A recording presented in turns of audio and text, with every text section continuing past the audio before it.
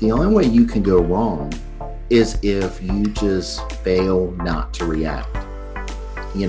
I tell everybody, teach the way you would want to be taught. Because when you look at it from that approach, you want somebody that is dynamic, that is engaging, that is just going to blow you away when you sit down and throw that lab right there.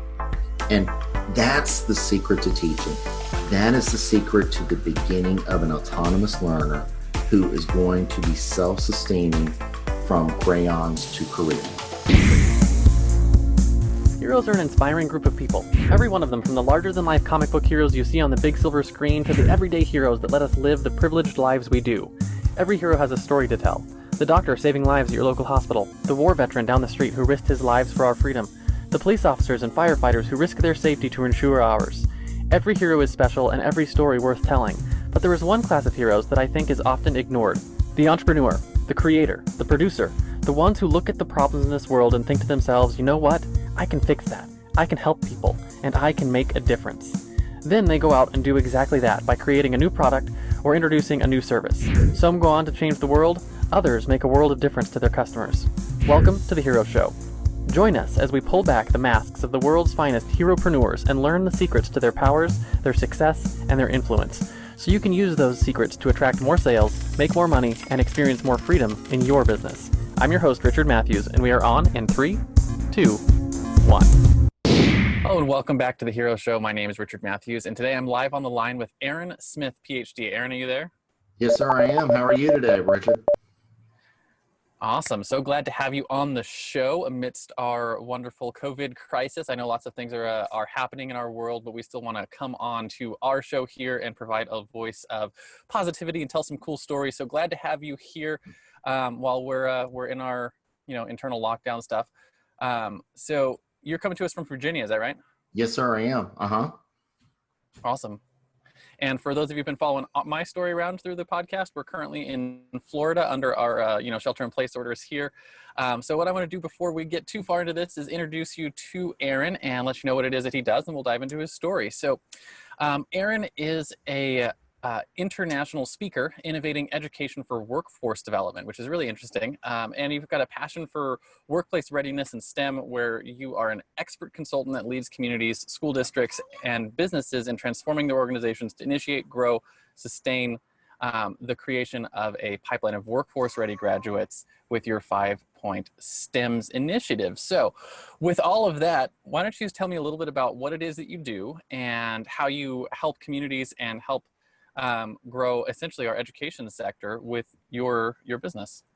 So what I do is I allow K-12 corporations, workforce development centers to understand that everybody's facing the same problem.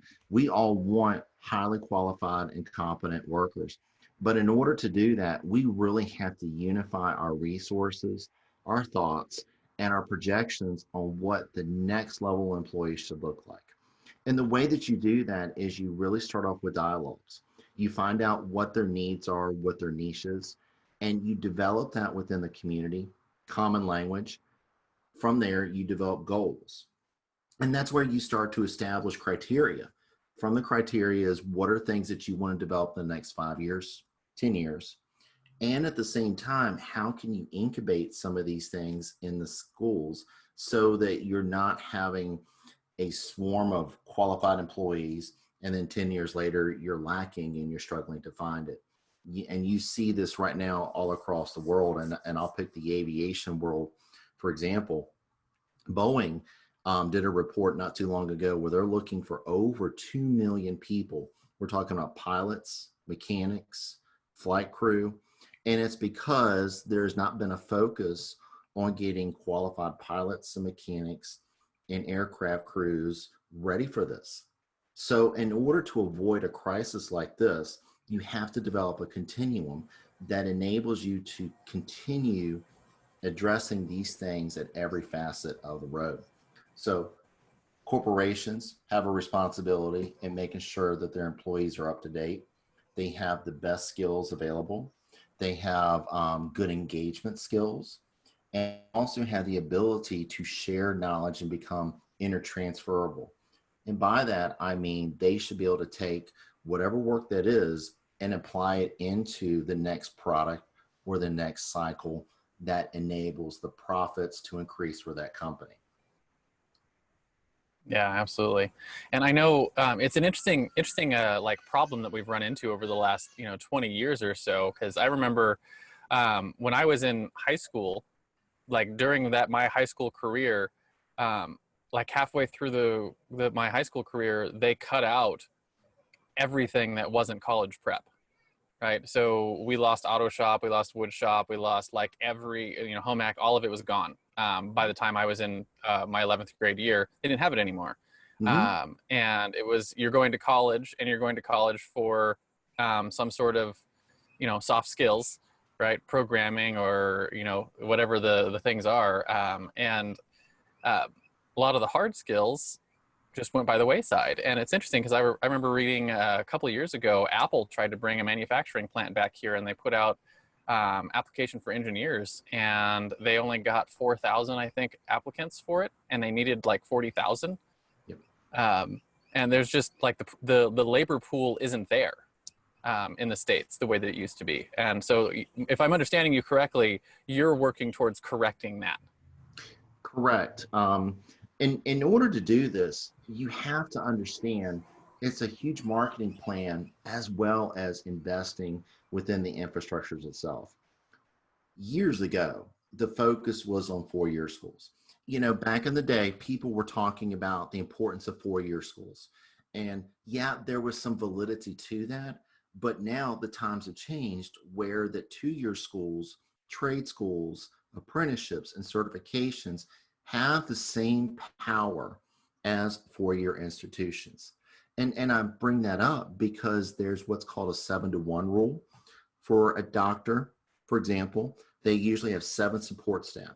You usually are talking about a couple nurses, an IT person, talking about some administrative folks along the way.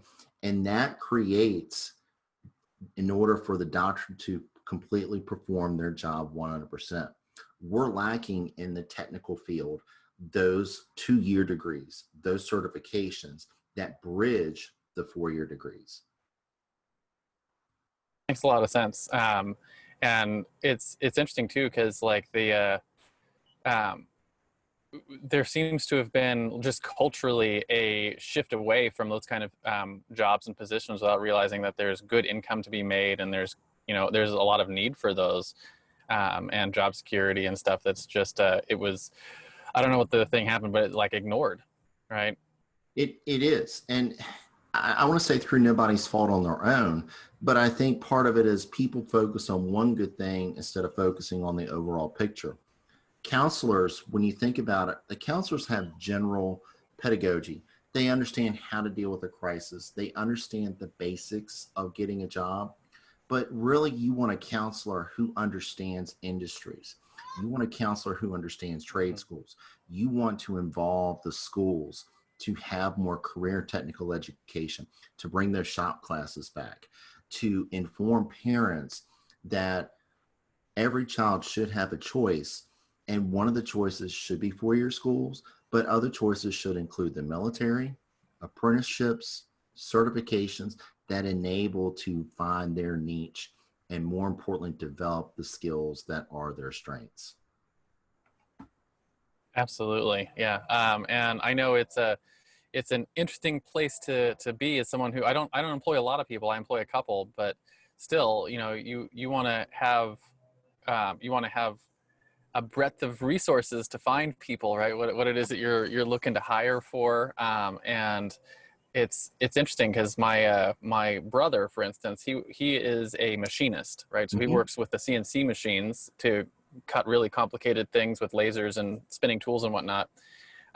He's one of the youngest people in the industry, and all of the places that he's worked for, say their biggest problem is they don't have anyone to replace the people who are aging out of their careers, right? Who are retiring. It's like the average age in my brother's industry is 65 right now, right? And he's 30, right? And he's like, most of his peers in his workplaces are all in their 60s. Yeah. Right. And he's like, there's nobody coming in, which means it's a good thing for him. His demand is going through the roof. Oh, but of course. for companies, who need to hire and fill those positions, you know, there's good money to be made, and it's a definitely a important thing. So my curiosity then is, how did you get into this, right? So we talk on the show all the time is your origin story, right? Every hero has their origin story where you started to realize that maybe you were different, that maybe you had a value you could offer this world. How did you get into providing this type of a service for communities and for corporations to help build the workforce? So way back around 1997, I started my first job as a math teacher. And, you know, back then, the pedagogy was learn the curriculum, learn the theory, and of course, deliver it through multiple aspects of it. And you fast forward into the last 10 years when I got my job as the program administrator of a place called Aviation Academy.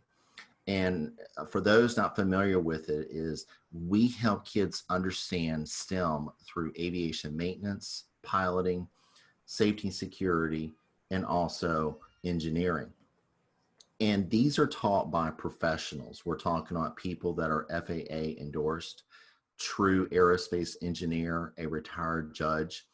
And it's where it really dawned on to me that teachers need to have that experience of workforce and industry practice while they teach, because otherwise you're disengaging the kids because they're always asking, why are we learning this? But you also are beginning to plant So this true. critical thinking and brainstorming. And through that, I then said, you know, there's got to be a better way. There just has got to be a better way.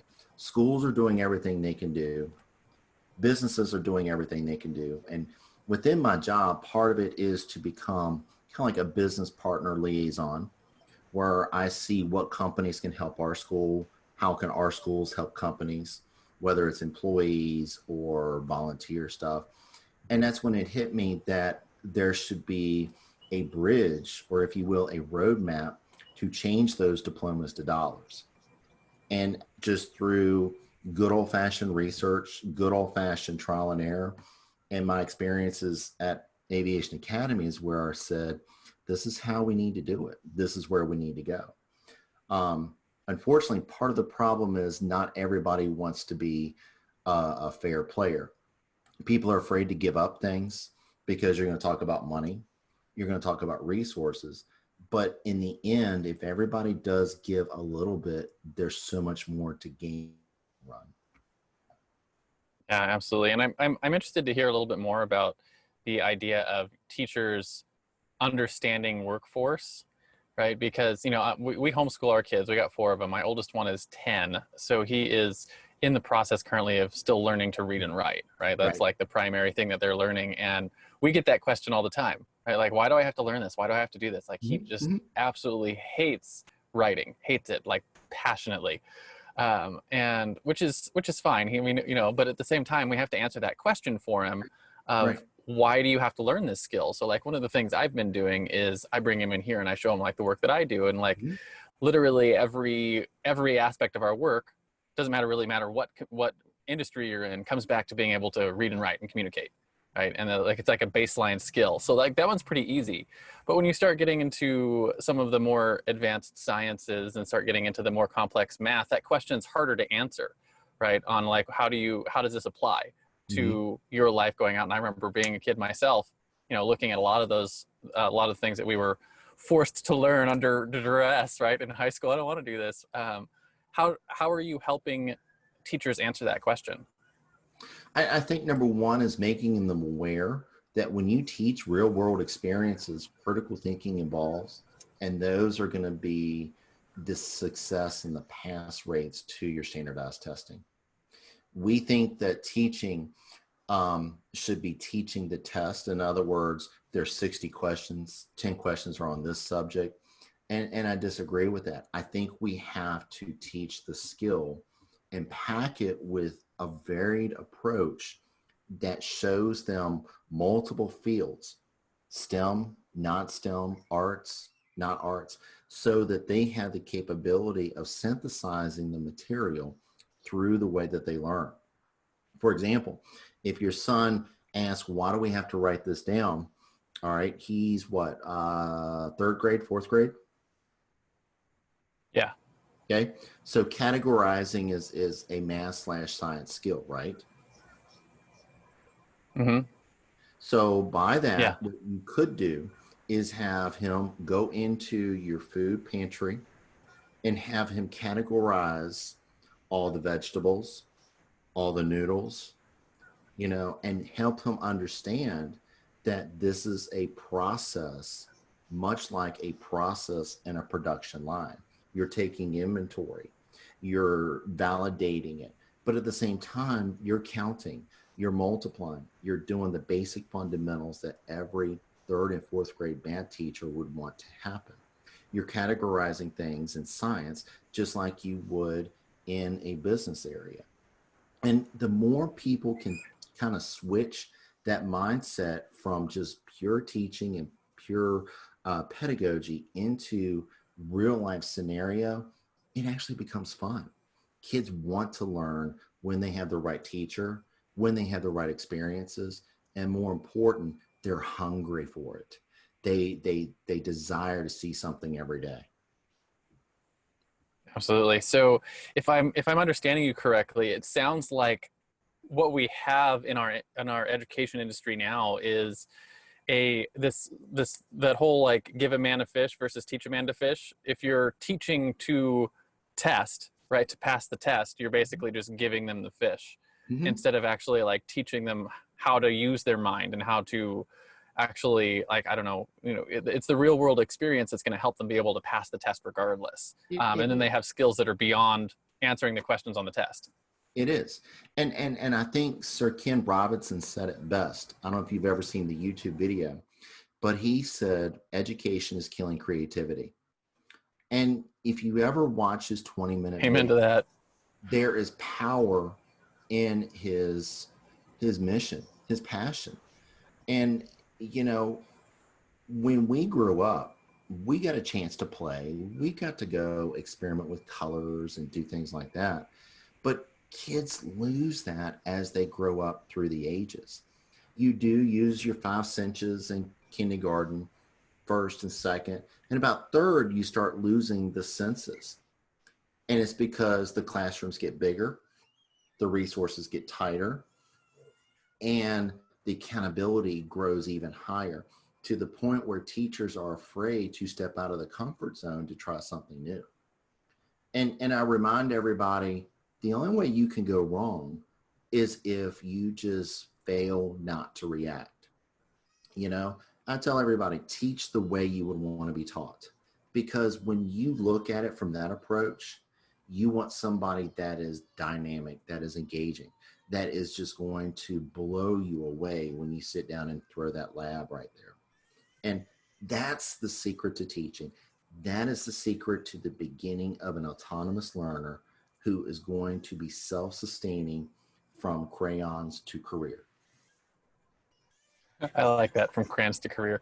And it's interesting too, because you mentioned the once you get into third and fourth grade, the accountability changes, and a lot of it goes towards like, hey, the accountability is you have to have your kids pass this test.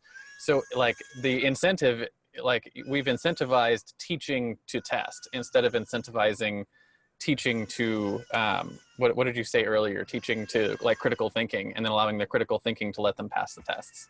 Yeah, yeah, and that's So right. do you have suggestions on how to change that incentive structure in the school?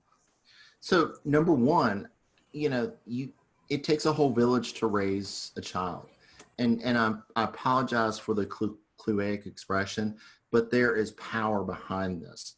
I think it's time to change the way we view education.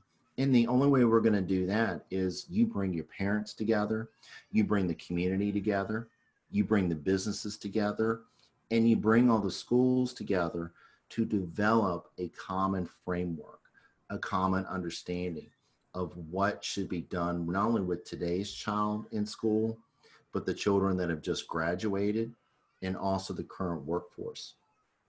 When you're doing that, teachers really need to pay close attention to the subject matter experts, the ones that are out there on the industry, in the labs, in the engineering fields, and take notes as to how they can carry those skills back into the classroom. But at the same time, teachers have the opportunity to share with HR better and more effective professional development trainings. I don't know if you've gone through this or not, but I think a lot of people will relate to how many times employees have just sat there for a 2-hour PowerPoint webinar and just totally felt like it was a waste of time when they could have gotten it in an email, or there was no engagement, there was no feedback. This is where mutual relationships can outweigh any interfering factors. And I think from there, it's just a continual conversation. You just can't stop. It's just like working out after New Year's. You're going to be great January 2nd. You'll be okay January 3rd, but about the first week, you're kind of cut off and you're done with it. You got to be continuous and committed to it. That's what's going to be self-sustaining, creating a culture, but also driving the economic force for the next millennial. Absolutely.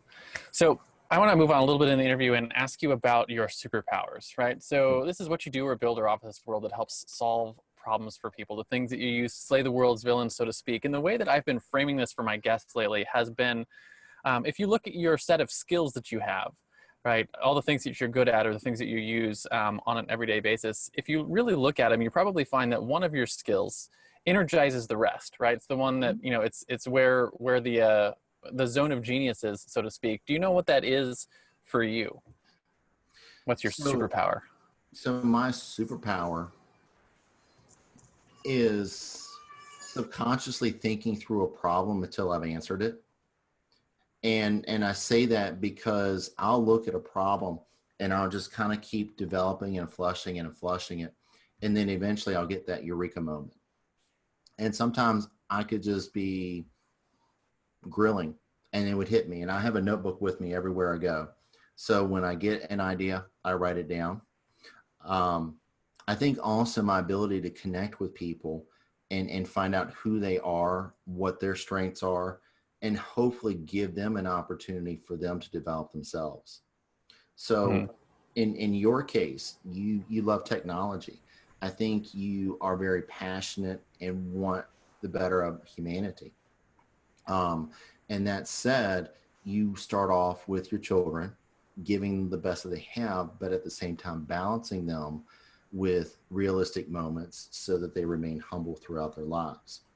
And the way that you're going to amplify this is you're going to show people in your show that it can be done no matter where they are in the world. Absolutely. Yeah. That's one of the goals on the show is culturally speaking, growing up, and even still today, I've always seen entrepreneurs portrayed as villains. And it still happens. I watched one of my kids' shows the other day, and the primary gist of the show was, hey, there was an entrepreneur who was destroying the ocean and wanting to kill all the fluffy bunnies or whatever, and they have to gather together and fight against the evil entrepreneur. And I've always hated that storyline. It's so common culturally because literally everything we touch and interact with every day was at some point touched or handled by an entrepreneur. And so we use this show as a way to sort of show people that, hey, entrepreneurship is just as viable an option as any of the other workforce options that are out there, and it's not a negative thing, right? So that's one of the things we do with this show. But yeah. So entrepreneurship, that is a great thing to talk about, because when you do talk about the fourth industrial revolution, some people would argue that that is an essential skill as well, because that helps continue to spark that new economy.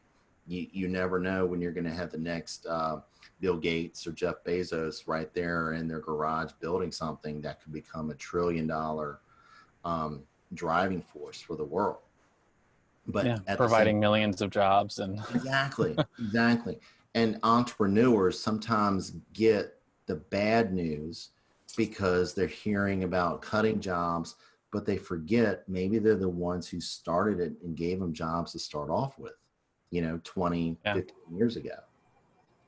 Yeah, and it's really interesting too because um, it, I spend a lot of time working with smaller entrepreneurs, right? People who are not running 1,000+ person organizations. They're generally in the 0 to 25, 50 people in their organizations, and those entrepreneurs are still generally struggling with that whole thought that of the cultural upbringing that profit is evil, and that you're not you're not adding value to society, and not realizing that you're providing jobs and providing industry and actually creating in spaces. So it's interesting, and it's something that I noticed in school. Right, I started my first business when I was 13, and the school system shut me down.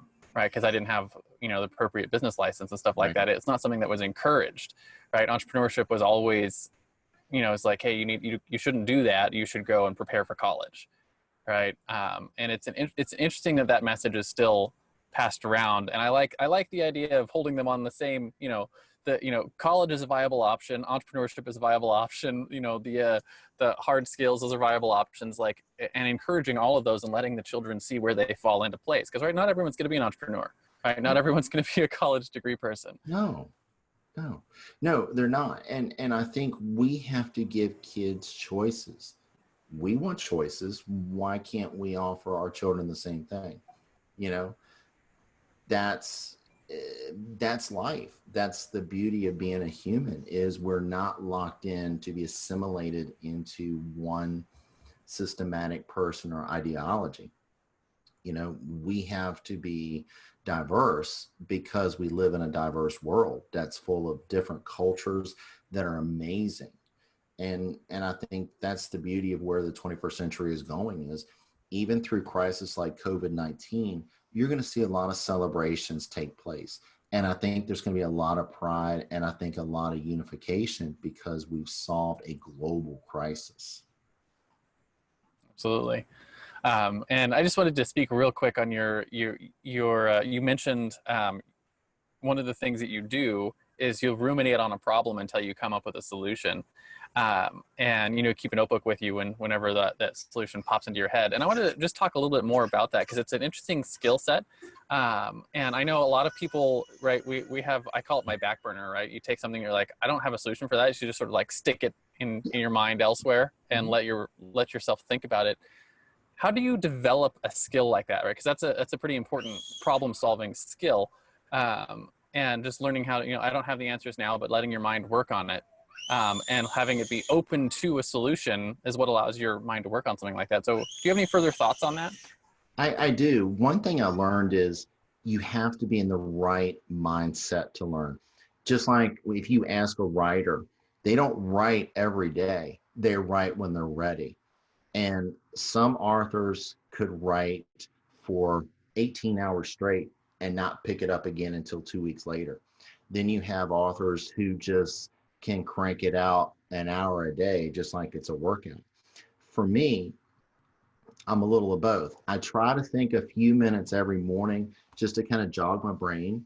Sometimes I'll do a little research, and I'll even have basically a flow chart or an idea board. And then I'll just slip it right in my back pocket. And through the day, whether I'm going through work, at home, and like you said, it just gets on the back burner. And when you feel like it's starting to become ready, I'll just jot it down. And then eventually, even sometimes in the middle of the night, I'll wake up and I'll be like, boom, I got it. That's it right there. And then I'll just start to kind of put the pieces together. Then the following morning, I'll just go to town and just really finish it out. Absolutely. I always feel like I have my best ideas in the middle of the night when I'm asleep, Mm-hmm. and then I can't remember them in the morning, or when I'm in the shower and I can't write anything down because they'd get all wet and ruined. Right. So what you do then is you just write down or try to remember key ideas within that dream, or that moment. And then from there, it'll hit the back burner again, and then you'll connect one or two things from that key concept that you weren't able to capture it. Yeah, absolutely. And it's interesting too, because sometimes you have like a really great idea and you write it down, then you bring it out into the real world, and that's when it like gets tested, and you find out, okay, that was a crappy idea, or that one was a really good idea. And it's an interesting sort of like cycle you have to go through. And you sort of train your brain to understand what the like the fundamentals of a great idea are, and like what's actually going to work. And the more you do it, the better you better you get at creating good ideas and good solutions to problems. But that's engineering. That's engineering at its finest. I mean, you think about people like Walt Disney. He got rejected 30 times before he actually got his first business loan. So you mean to tell me that the first time he got rejected to the 30th time he got accepted, he didn't change his model a little bit based upon the feedback? You know, you Yeah, absolutely. even today's products, they're still being refined, because if they're not, they're going to become obsolete. And if you don't believe me, look at the stores that are vacant. Look at the malls that are vacant as a result of no fresh innovation, no fresh product lines as a result of it. You know, if Yeah. we don't change to match the times and the technology and the skills that our kids / employees have, we will never optimize the true ability that we can do as a society. And I know our we have a service that we offer in the marketplace that that every week and every time we go through things, I always find like little places we could optimize or change things and make them better. So it's like it's a constant thing that you do, is innovate and create better versions of your product or your service. So it's a really important skill that you have to teach people. You have to teach your kids. So my next question for you is actually the flip side of the superpower, right? So if your superpower is the ability to think through an idea and find a solution, the fatal flaw is something that you struggle with, something that has held you back or kept you from getting better results in your life or in your business.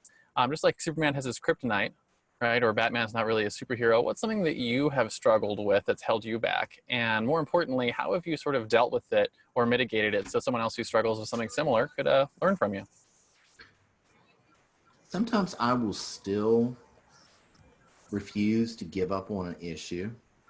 And I say that is, if I want to force myself to think about a product, a process, and I'll just sit at the computer for hours instead of just getting away, refreshing my drink, talking to the kids, petting the dog, and coming up with some new ideas. And I don't know if that's stubbornness or if it's just because I'm that much dialed in the zone that you can't see the forest for the trees. So I'm trying to do better Yeah.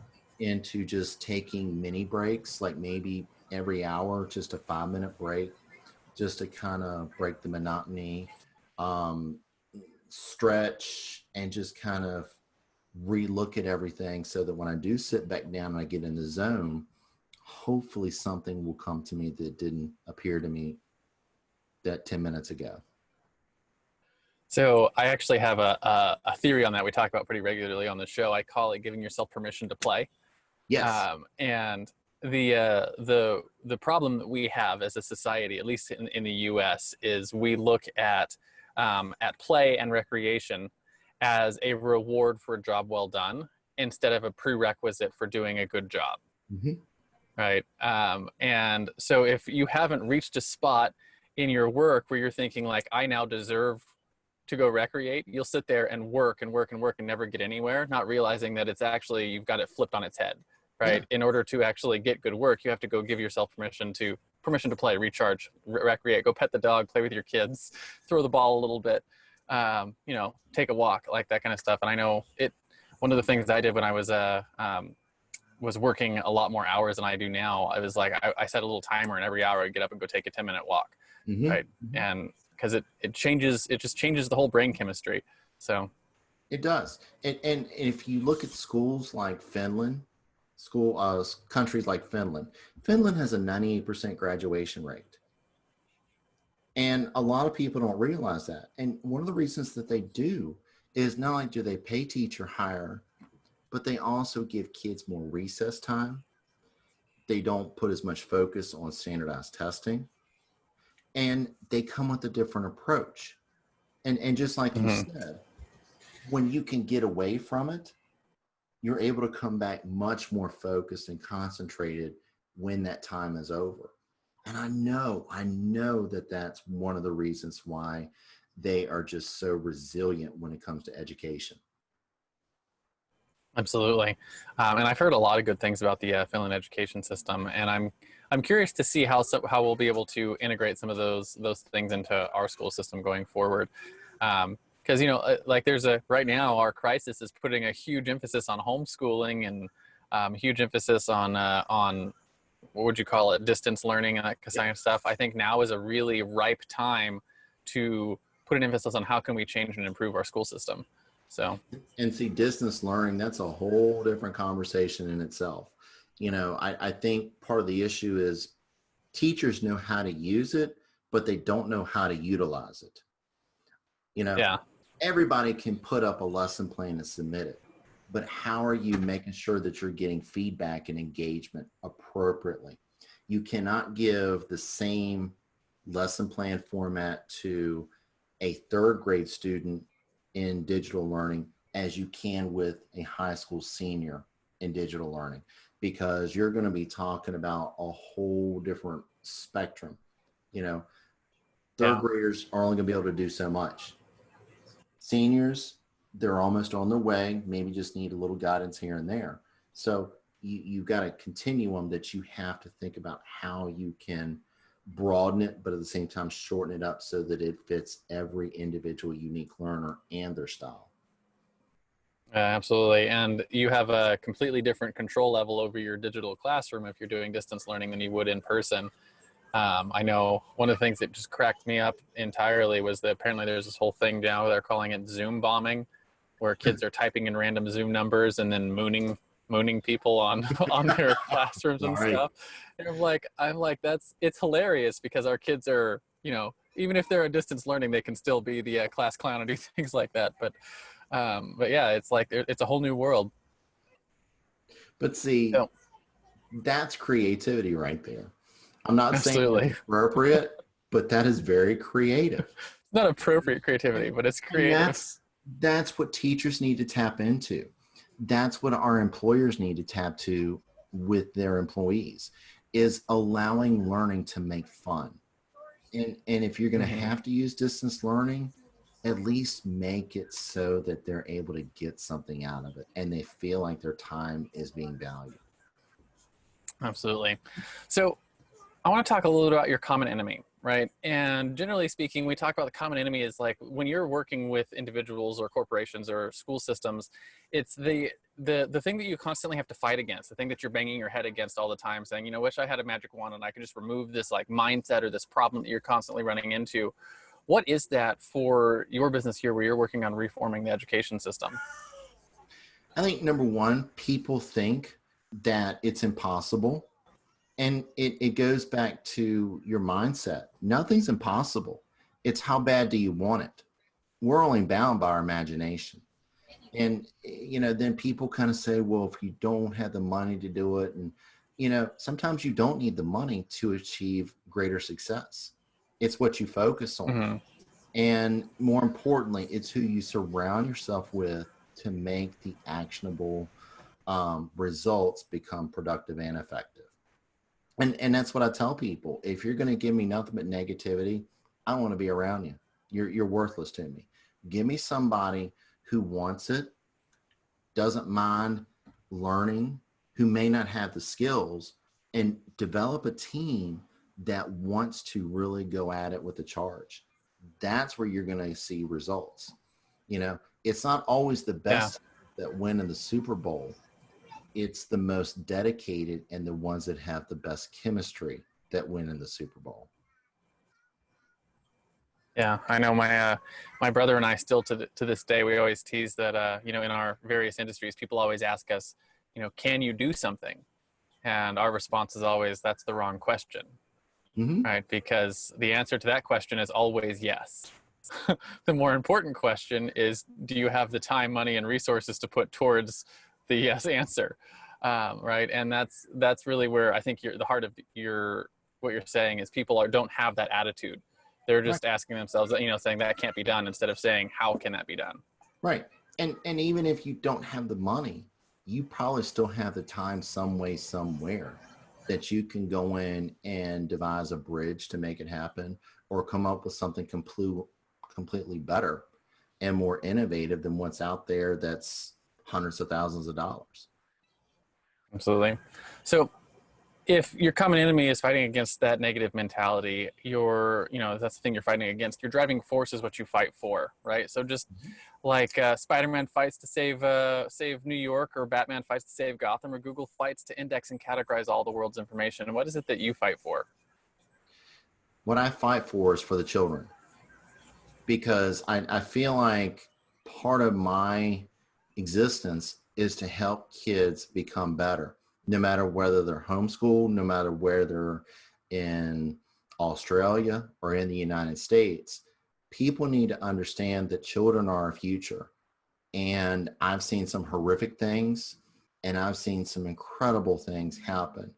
And I feel like my vision and my mission is to make a difference and to share people that we've got to stop teaching with an old model that just is rote learning and straight information, where it needs to be digital.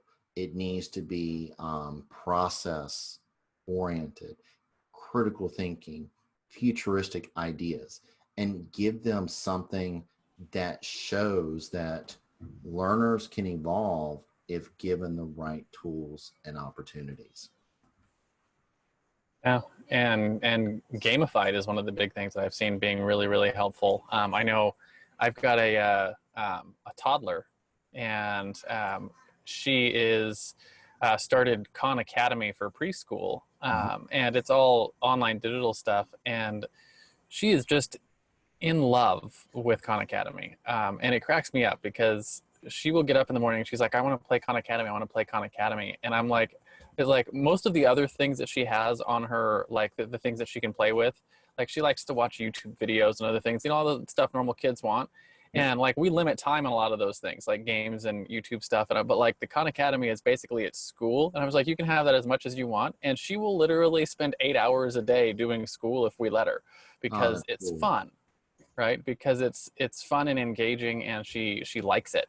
Right. And the same thing, our 6-year-old, for also doing the Khan Academy stuff, they turned, I think it's her math curriculum, right? And her math curriculum through Khan Academy is every time she does whatever their skills they're going over that day, she's got a creature that she's growing, that she gets points for it. And she's always coming to us showing us like whatever the next evolution or whatever of her little creature. And like, she doesn't even care that she's learning things. Right, like she cares that she's got this little creature that she's growing, and she'll tell us, be like, "Hey, I want to do more of the Khan Academy. I need to get my little creature to grow more." Right, and it's interesting because they've just found ways to get kids to be engaged in what is traditionally rote learning, like reading and math. And it's already happening. Virtual reality, you think about it, that is a form of gamify.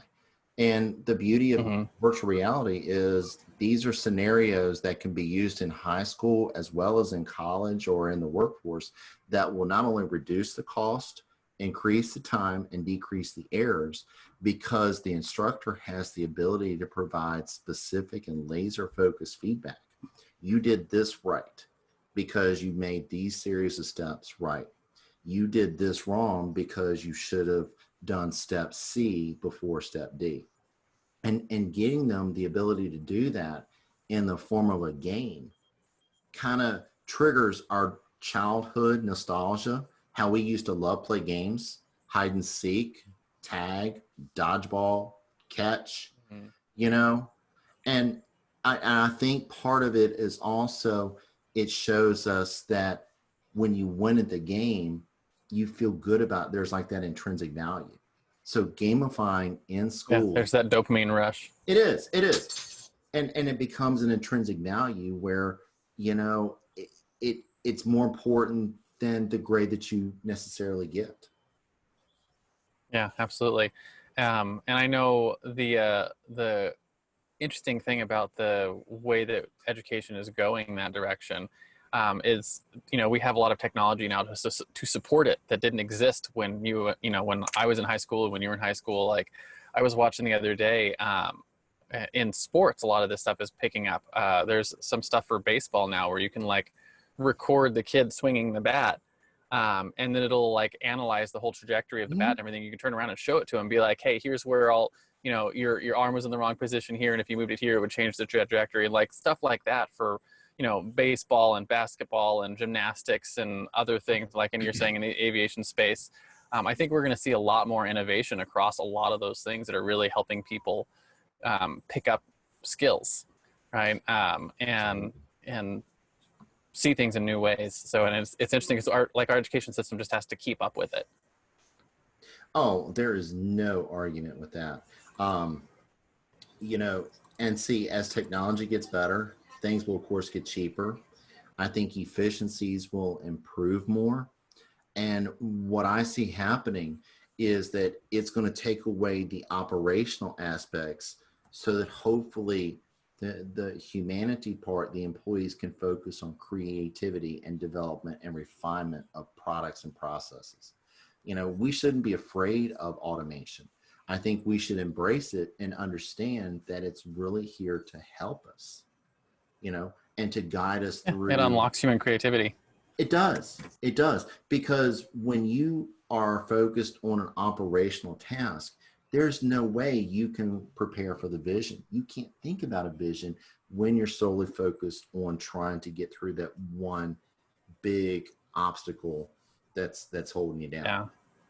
I have a whole training course that I just finished putting the finishing touches on, where I teach businesses how to build systems and processes. And the last section of that course is about automation and where automation is useful and what it's used for. And like the primary thing that I tell all of my clients is that automation is like, the rule of thumb is, the first one is that you don't use automation to replace creativity, right? Because automation can't do creativity. You use it to support creativity. That's the first rule.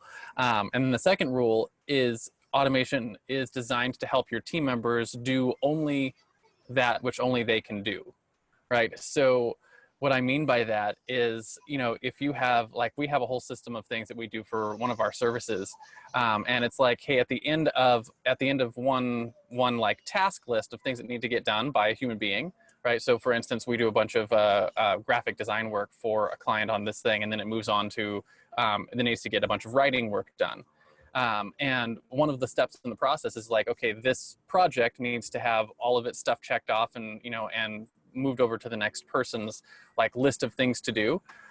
And we use automation to support that transition, right? So it, when you move the project over to the next person, now it takes off all of the checklists and other things that were for this person and adds on the next person as adds all their stuff to it, right? And it was something that in the past we had a human being doing, but it's all just operational, like click this thing, click the other thing. And when we replace that with automation, now our team members are just focused on the things that they're good at doing, right? Like, I'm good here and I'm good here. So they're spending their time doing their zone of genius, right? Working in their zone of genius instead of on operational procedures. And that's what automation really can help unlock in a business, is it can unlock the potential of your team members. No, that's so true. That is so true. My next question for you is about your own personal heroes, right? So just like Frodo had Gandalf, or Luke had Obi-Wan, or Robert Kiyosaki had his rich dad, who were some of your heroes? Were they real life mentors, speakers or authors, peers who were a couple of years ahead of you? And how important were they to what you've accomplished so far with what you do? Wow. I'd say, first of all, my dad was a hero to me because he inspired me.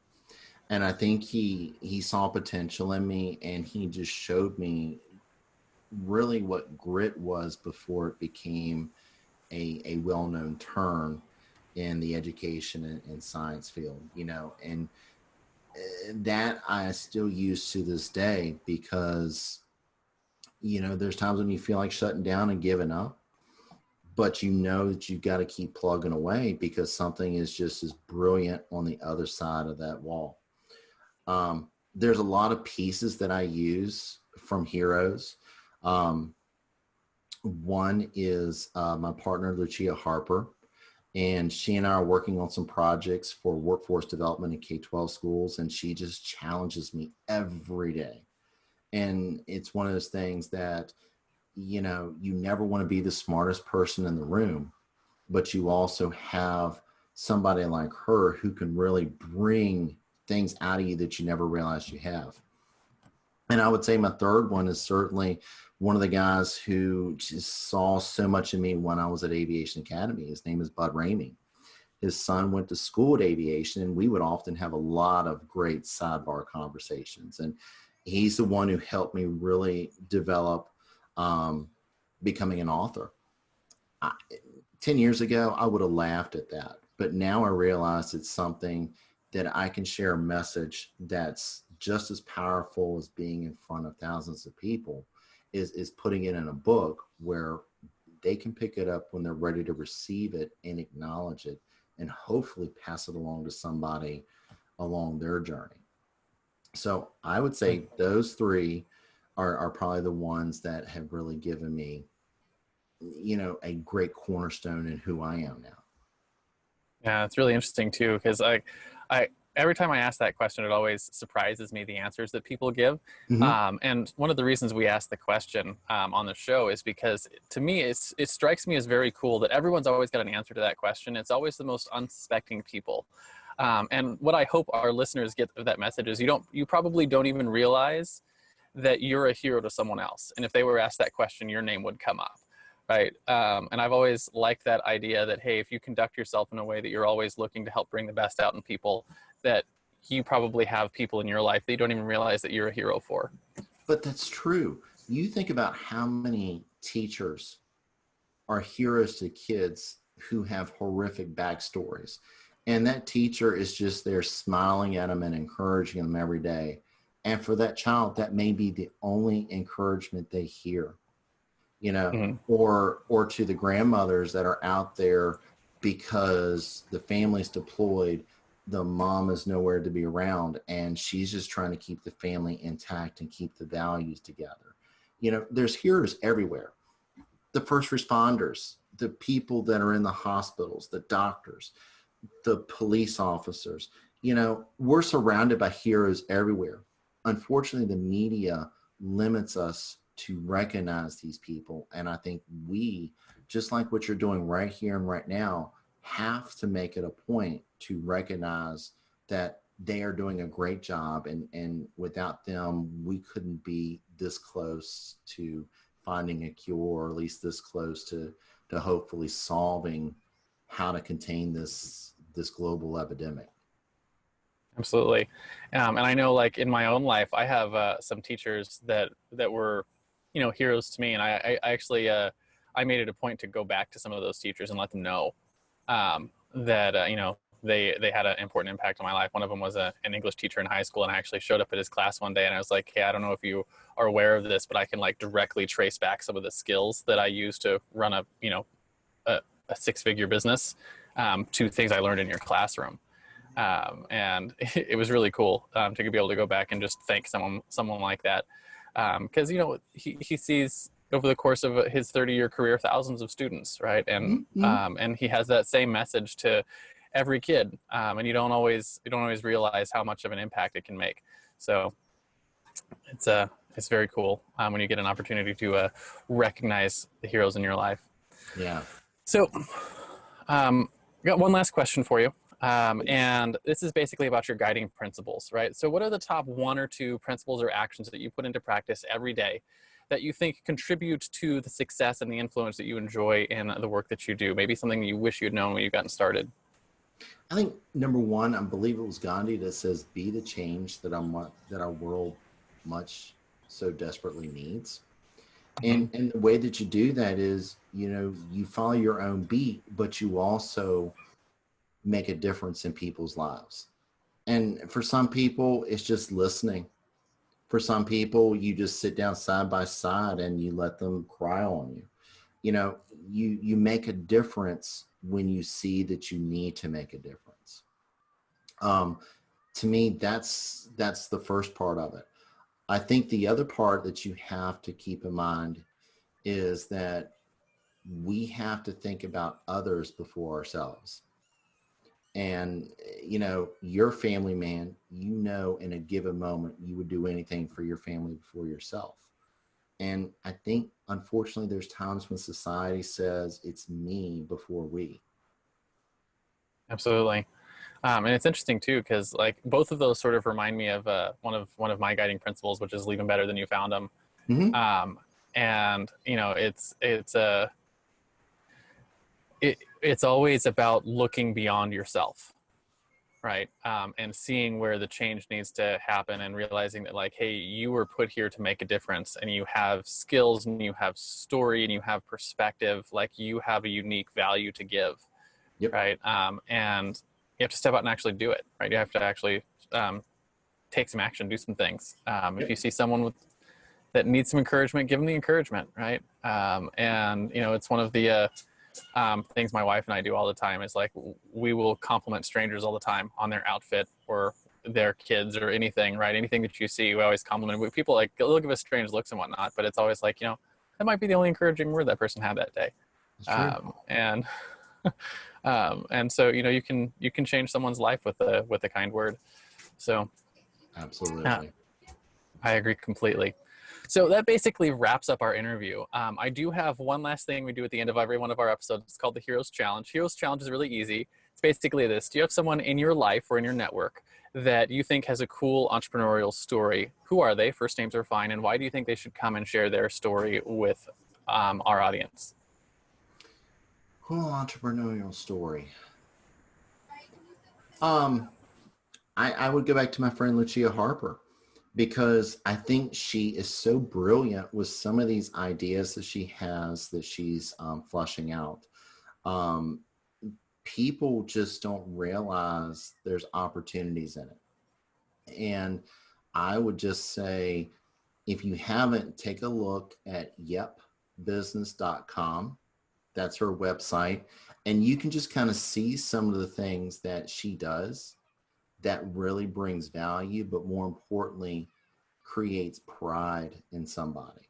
And it's a game changer, because she's told me some of the stories about how it's made a difference with some of her clients or some of her friends. And, you know, I'm just like, that's somebody that you want on your side. Awesome. Yeah. So we'll reach out later and see if we can get her contact details for getting her on the show. Last thing we do is just thank you so much for coming on the show, Aaron. Where can people find you if they want to pick up a couple of your books, or maybe they want to hire you to come and speak to either their workplace organization or their school about this whole workplace development or workforce development? Where can they find all that? And then I guess more importantly, who are the right types of people to reach out for either speaking or for picking up your books? Who are the kind of people that would benefit the most from what it is that you provide? So I would say, first of all, visit the website, Smith.Ph.D.com. And when you go there, you'll see some of the speaking packages that I'll also do, but you'll also see two of my books that I have. One that's Awakening Your STEM School, and the brand new one I have, it's called Blank Check. What would you do if you could reinvent education? And this way, hopefully people will see the importance of connecting education to business, to the community. Social media, very easy. Pinterest, Twitter, Facebook, LinkedIn, Aaron L. Smith, Ph.D. And for audience, it really is anybody and everybody. We're talking K-12, corporates, workforce development centers, anybody who wants to make a difference in helping their employees or their students become better and more efficient at what they do, so that they are not only gainfully employed, but highly productive. Those are the types of people we love to have engaging conversations with. Awesome. Thank you very much for coming on the show again. And you heard him. If you are in one of those places, if you run a company or you are in charge of the school district or anything like that, and you want to improve the way your school is working and the way that the workforce development is happening, definitely reach out to Aaron. I'm actually interested in reading your Blank Checkbook, so I might pick that up here before too long, because it seems really interesting to me. So thank you for coming on the show. Do you have any final sort of parting words of wisdom before we hit the stop record button? No, it's just really been an honor, and I've enjoyed the conversation with you. Give me a couple of things to think about, which is what I love. But really just keep doing what you're doing, because you are making a difference. Absolutely. Thank you for coming on. We appreciate it. Thank you.